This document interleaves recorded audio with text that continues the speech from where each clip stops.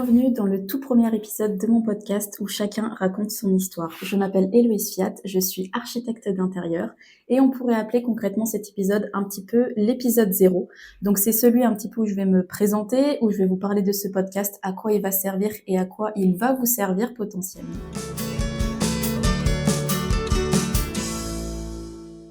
Pour débuter cet épisode, je pense que c'est intéressant de parler pourquoi j'ai choisi la branche de l'architecture et du design. Alors concrètement, pourquoi je suis partie là-dedans? Je pense que c'était même pas une question à se poser. J'ai un petit peu baigné dedans depuis que j'étais toute petite. Par exemple, avec la construction de cabanes dans les arbres où j'adorais imaginer, dessiner. Je pense que ça vient par exemple d'un de mes grands-pères qui était charpentier. Mon autre grand-père était dessinateur aussi industriel. Mes deux parents étaient dans le dessin aussi industriel. Mais j'ai toujours eu cette soif un petit peu d'apprendre, de touche à tout, de créer, d'imaginer. Enfin, c'est des petites choses qui ont fait que du coup, concrètement, je suis ici aujourd'hui. Je pense que c'est ces petites choses qui ont permis de me définir et qui m'ont fait grandir en tout cas dans un premier temps. Alors, j'ai su que je voulais travailler dans l'architecture d'intérieur ou du moins dans le design quand j'ai été en quatrième. Donc, je sais que c'est pas facile pour tout le monde, d'où aussi la création de ce podcast. Vous verrez par la suite. Parce que concrètement, moi, depuis la quatrième, je savais où je voulais aller. Alors, je savais pas exactement quelle étude il fallait que je fasse pour devenir architecte d'intérieur, mais je savais que je voulais faire ça comme métier et je voyais autour de moi mes camarades qui savaient pas du tout aller, mais même encore aujourd'hui, j'en connais. Ils sont dans leurs études et ils sont en master 2 et ils se disent mais qu'est-ce que je fous là? Donc concrètement, le but c'est aussi un petit peu ça, ce podcast. Moi, au lycée, j'ai suivi une filière ES, donc une filière toute simple. Alors, je crois qu'aujourd'hui, ça a un petit peu changé. C'est plus du tout la même chose. Je crois qu'on se spécialise en maths ou je ne sais plus quoi. Enfin, bref, tout ça pour dire que j'étais en ES, donc une voie un petit peu par défaut, parce qu'il n'y avait pas de filière qui correspondait un petit peu à l'art. J'étais un peu une élève un peu en milieu de classe. C'est-à-dire que j'avais une moyenne à peu près, 12-14. Ça va, je me débrouillais bien, j'avais pas forcément de facilité, euh, forcément en maths ou quoi que ce soit. J'étais une élève un petit peu lambda. J'ai quand même pris une option quand j'étais au lycée. J'ai pris une option histoire de l'art parce que je voulais en savoir plus. Alors j'ai pas pris art plastique, j'ai pris histoire de l'art parce que justement je voulais un petit peu en savoir plus sur ce qui nous entourait. Et puis je savais aussi qu'avec cette option-là, on pouvait partir certaines journées à la découverte des musées. Donc, par exemple, je suis allée à Lyon à Confluence. On est allé à Saint-Étienne aussi, à la Biennale. Je crois que c'est ça. Bref, en tout cas, on a fait pas mal de petites sorties qui m'ont permis de découvrir pas mal de choses et qui me permettaient aussi de m'évader. Par exemple, on va dire 2 heures par semaine, parce que concrètement, ES, c'est économique et social. Alors, il y avait de la SES ou je ne sais quoi encore. Enfin, concrètement, au baccalauréat, j'ai eu 8 sur 20 au SES à la matière principale parce que c'était pas du tout ce qui me plaisait. Je connaissais rien, j'arrivais pas, je voulais pas, voilà. Et puis il y a même un jour une professeure de philo alors qui m'a quand même dit mais de toute façon, faut que tu choisisses t'es en ES, faut que tu choisisses un métier qui correspond à ce que tu as pris au lycée. Sinon tu trouveras pas d'études supérieures. OK, comment décourager les élèves? Je l'ai pas écouté. Puis donc moi c'était au moment où il y avait Parcoursup qui arrivait sur les plateformes. Avant il y avait une autre plateforme. Donc c'était un petit peu compliqué à la fin du lycée de savoir où je voulais aller, dans quelle école. Je me suis pris quand même un peu à l'avance parce que je suis quelqu'un quand même de très organisé et ce qui fait que du coup au milieu d'année je savais déjà à peu près où où je voulais aller, mais c'était un petit peu compliqué entre guillemets de savoir quelle école choisir parce que moi je suis en Haute-Savoie, j'étais en Haute-Savoie, j'y suis toujours d'ailleurs et entre guillemets en Haute-Savoie il y a pas non plus 36 000 écoles d'art ou d'écoles gratuites publiques concrètes pour l'architecture d'intérieur et je ne connaissais personne dans ma famille en tout cas qui y était ou de mon entourage qui y était, donc c'était un petit peu compliqué pour moi de savoir où me positionner. Et je pense comme tout le monde, hein, que ce soit école privée ou école publique, que ce soit architecture ou économique et sociale ou d'autres études, c'était un peu compliqué de savoir où c'est qu'on voulait s'orienter. Alors concrètement, après le lycée, j'ai suivi une filière de design. J'ai trouvé un peu cette école, enfin avec mes parents, on a trouvé cette école un petit peu par hasard. C'est un ami d'un ami qui nous en avait parlé. Donc du coup, je savais que je voulais faire architecte d'intérieur, mais je savais aussi que j'adorais le dessin et pour moi, je voulais développer avant cette partie-là, avant d'aller plus loin dans la technique. Donc des gens auraient pu très bien aller directement en architecture d'intérieur. Mais où je suis allée, donc c'était une école privée, c'était à l'ENAI au Bourget-du-Lac, donc en Savoie, si jamais. Cette école, franchement, elle était incroyable. Je pense que j'y ai même passé les meilleures années de ma vie. J'ai trouvé des gens incroyables que je côtoie d'ailleurs toujours. Je pense qu'ils passeront sur cette chaîne, enfin sur ce podcast du coup. Je l'espère. Donc à l'ENAI au Bourget-du-Lac, ce qui était bien, c'est qu'en fait la première année c'était une année de mise à niveau. Donc on appelait ça une mana, je crois que maintenant ça s'appelle plus comme ça.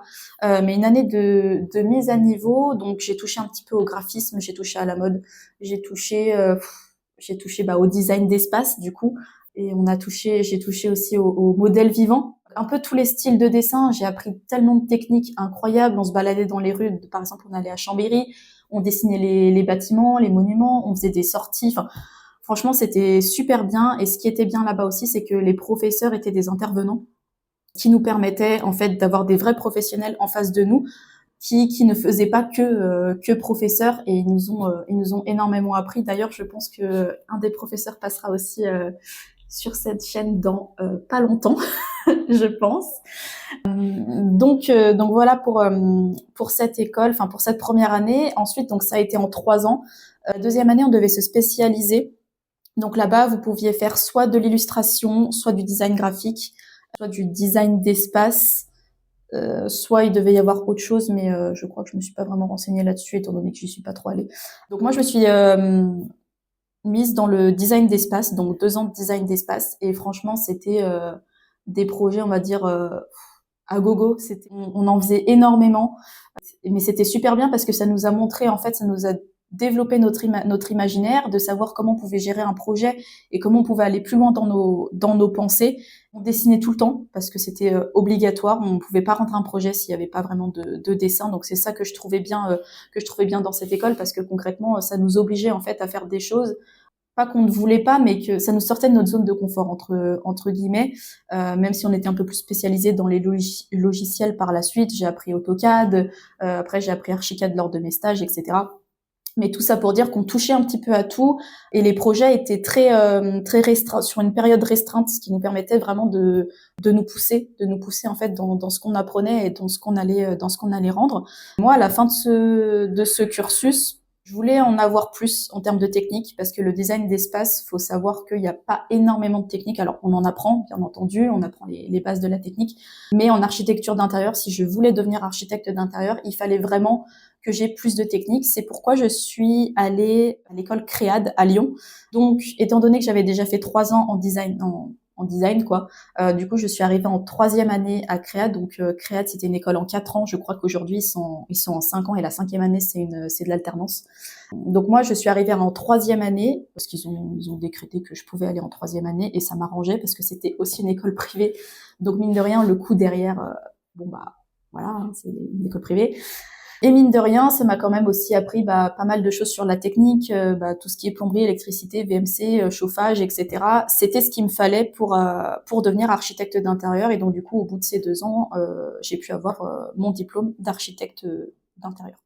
Alors, il faut savoir que durant les études, j'ai fait énormément de stages. Moi, c'était essentiel d'en faire parce que je voulais vraiment découvrir le plus de choses possible.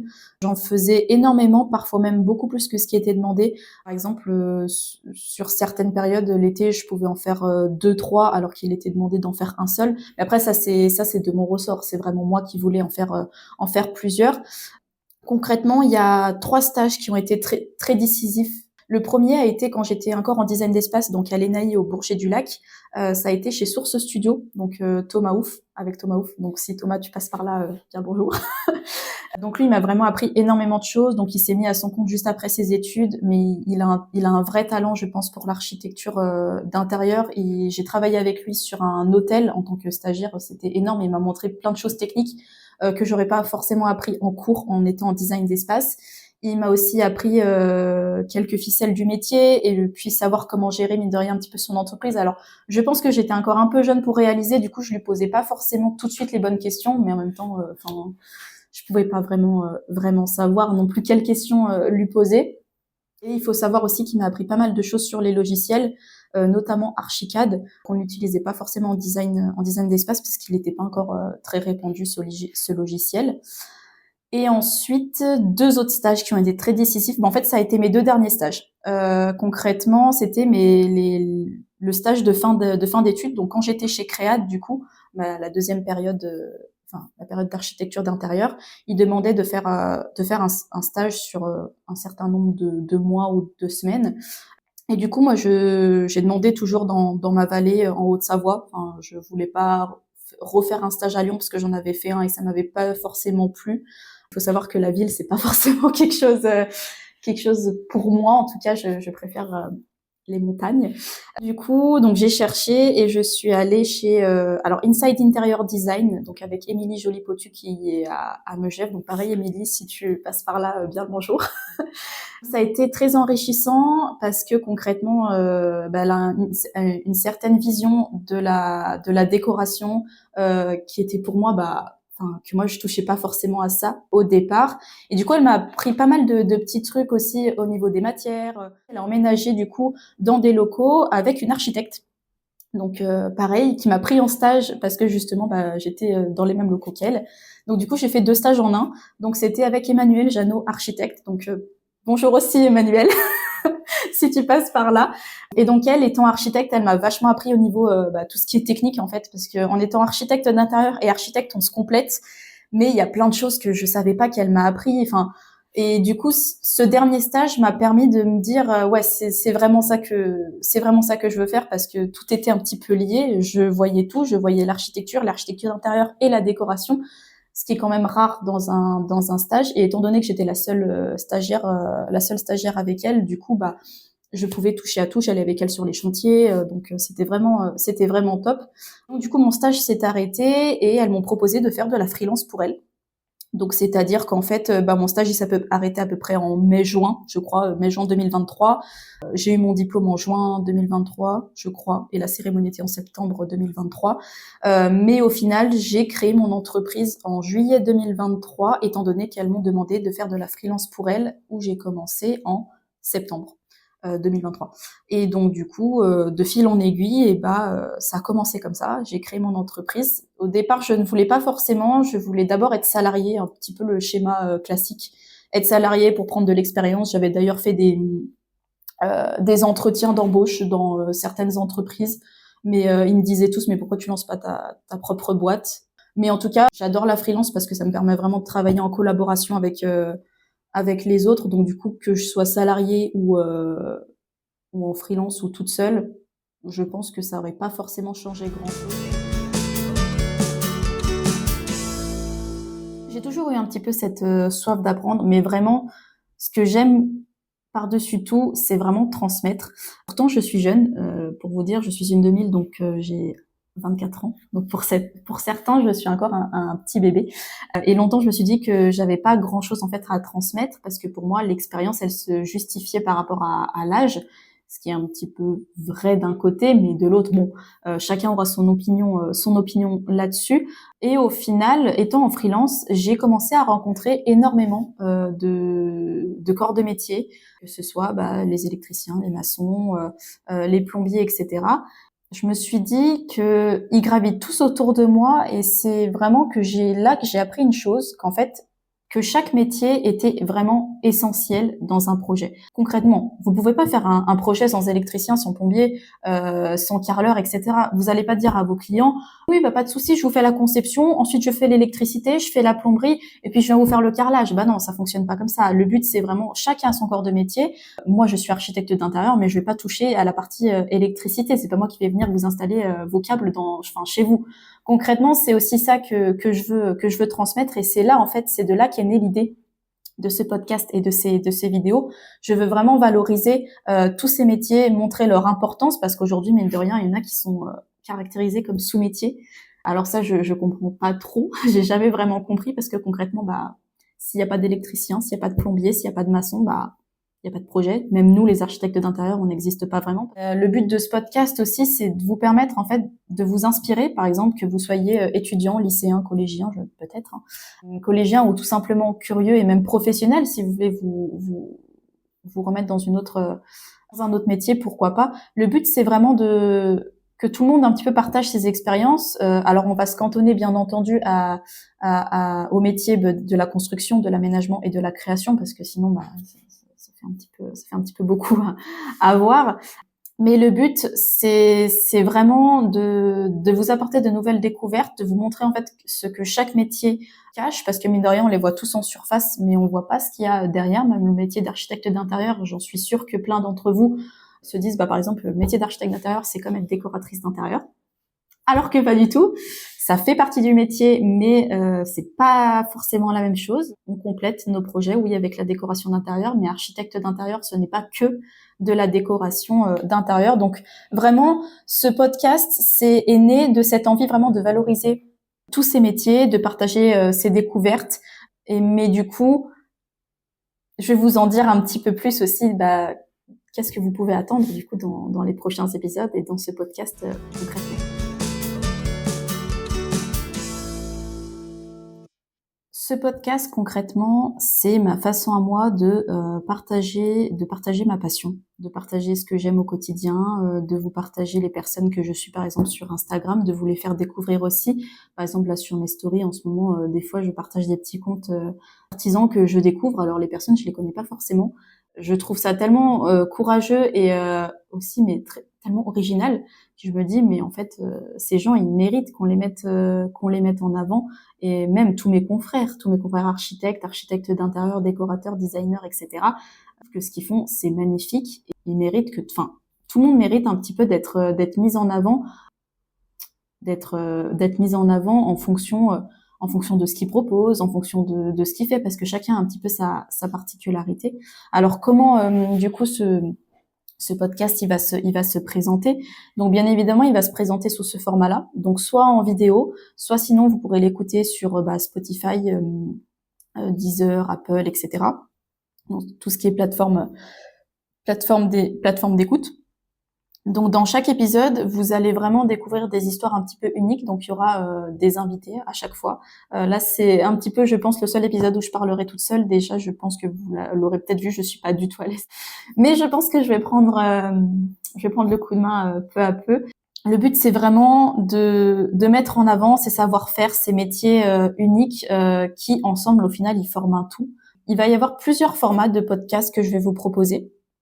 Alors, le premier format, ça va être le format de la rencontre. Je pense que ça va être le format le plus utilisé dans ce podcast, parce que c'est pas par facilité, mais parce que c'est celui, je pense, qui caractérisera le plus, en tout cas, cette chaîne. Donc, comment ça va se passer pour ce format? Il y aura un invité qui viendra partager son parcours, ses expériences ou un projet, par exemple, en particulier. Par exemple, on pourra potentiellement parler de l'architecture en montagne ou du design durable. Je sais pas, c'est des sujets comme ça qui me sont venus à l'esprit. Ensuite, en deuxième format, nous aurons le format création. Donc là, c'est vraiment chaque épisode, il va se concentrer sur un artiste ou un artisan qui participe de près ou de loin en fait à la conception. Pour vous donner un exemple, c'est souvent les petites mains qui viennent en finition en fait des projets. Par exemple, vous avez les créatrices, tout ce qui est porcelaine, tout ce qui est vaisselle, tout ce qui est, je sais pas, par exemple les rideaux, les luminaires, voilà. Le but, c'est de mettre en avant ces personnes qui sont derrière, en fait, et que vous ne connaissez pas forcément, et que du coup, ça serait intéressant de les mettre en avant.